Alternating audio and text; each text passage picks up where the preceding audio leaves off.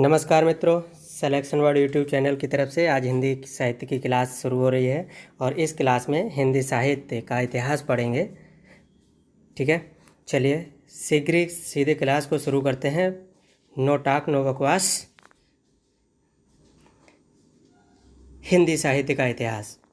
हिंदी साहित्य के इतिहास के बारे में सबसे पहले जानकारी जो है डॉक्टर ग्रियर्सन द्वारा दी गई थी, लेकिन इसका जो विस्तृत रूप से विवरण और अध्ययन आचार्य रामचंद्र शुक्ल ने प्रदान किया।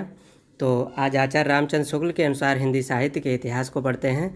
और आचार्य रामचंद्र शुक्ल ने हिंदी साहित्य के इतिहास को निम्न 4 कालों में विभाजित किया है।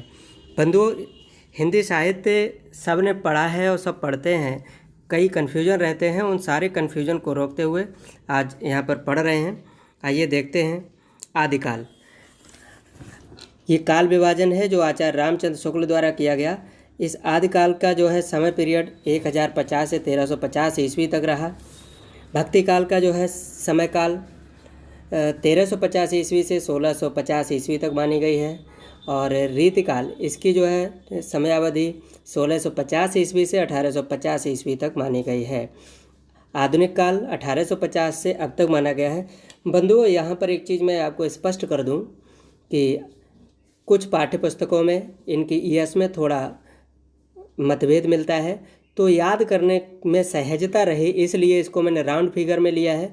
दूसरा, हमें अपने प्रश्नों से मतलब है, तो इस आधार पे हमारे सारे के सारे प्रश्न सॉल्व हो जाएंगे, इसलिए राउंड फिगर को इसीलिए अपनाया गया। ये जो 50 का फिगर लिया गया है जिससे कि याद करने में आसानी रहे। और जो अगर मान लीजिए 50 की जगह में 46 रखता है या 48 रखता है, जो वास्तविक रूप से है, तो उससे कोई विशेष अंतर नहीं पड़ने वाला है। ठीक है, तो याद करने के लिए मैंने इसको राउंड फिगर में ले लिया है, आप परेशान नहीं होंगे। आइए सबसे पहले हम आदिकाल के बारे में पढ़ते हैं। देखिए, आदिकाल को पढ़ने के लिए, आदिकाल के बारे में पूरा जानने के लिए आज जो है अच्छी तरह से हम लोग जानेंगे कि आदिकाल से केवल नामकरण से जुड़े हुए जो प्रश्न आते हैं कि आदिकाल के जो अन्य नाम क्या क्या हैं, आदिकाल को आदिकाल किसने कहा है, ऐसे कुछ प्रश्न आते हैं।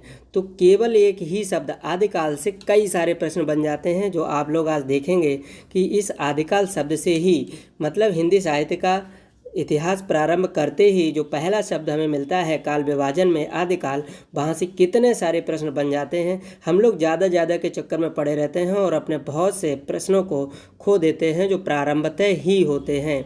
आइए देखते हैं वो कौन कौन से प्रश्न हैं जो आदिकाल से जुड़े हुए हैं और उसके नामकरण से जुड़े हुए हैं। देखिए, आदिकाल को आदिकाल नाम किसने दिया था? ये नाम हजारी प्रसाद द्विवेदी द्वारा दिया गया था। आदिकाल को वीरगाथा काल भी कहते हैं और वीरगाथा काल नामकरण आदिकाल का किसने किया था? ये हैं हमारे आचार्य रामचंद्र शुक्ल जी। इनके द्वारा आदिकाल को वीरगाथा काल कहा गया। नेक्स्ट क्वेश्चन है कि आदिकाल को चारण काल किसने कहा था? तो आदिकाल को चारण काल कहने वाले हिंदी साहित्य के 2 विद्वान हैं। आइए देखते हैं कौन कौन से हैं, डॉक्टर ग्रियर्सन और डॉक्टर राम कुमार वर्मा। नेक्स्ट, आदिकाल को बीजक काल किसने कहा या आदिकाल को बीज वपन काल किसने कहा?